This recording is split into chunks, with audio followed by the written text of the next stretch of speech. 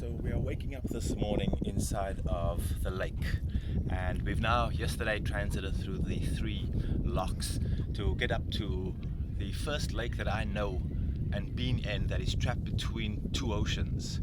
And before we could take the pallet off last night, Dion actually had to jump out and land on this buoy, and then we had to get lines onto the buoy. So I got a bow line first, then a stern line, and then later we put in a spring line. And we have been tied up to the buoy, and we had a wonderful dinner in the cockpit, just celebrating that we are halfway between the continents. And of course we are in the wilds of the jungles, the countryside all around us, and there's mosquitoes. But wow, the Panama Canal here at sunrise with all these ships laying in the lake, and they are transiting all night, going sort of towards the Atlantic, or coming from the Atlantic heading to the Pacific Ocean. But this is the center of the trade, and they've built a new canal. And just think how far mankind has come from the early explorers who made their way from different parts of the world in the quest of trade, in the quest of opportunity, in the quest of adventure. And I think of people like Marco Polo, who had inspired me with his stories in the books of his adventures to discover Asia, and Vasco da Gama and Bartholomew Diaz, the early explorers who had come from Europe to South Africa.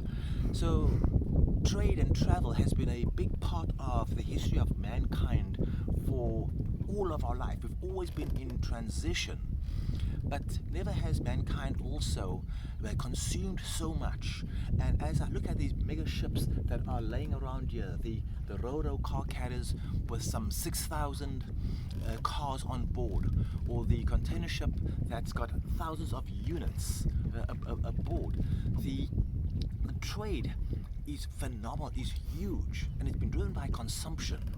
And this consumption is progress, but at the same time, is this progress devastating to our environment? Is this progress devastating to the future of our planet? We truly have to become mindful of what we do and how we do things.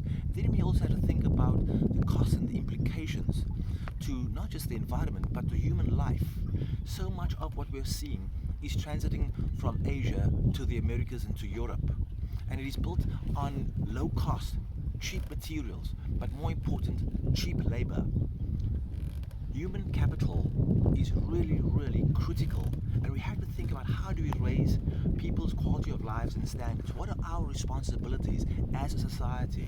So as I transition through this canal and I think about the world, I think about what is the legacy for the future generation? What is the legacy for the planet? What is the legacy for our communities? Let's be mindful as we have our adventures and appreciate every moment, every dawn, every daybreak that comes is a gift. Today, there are new gifts waiting ahead of us. 3 more locks, the Pacific Ocean.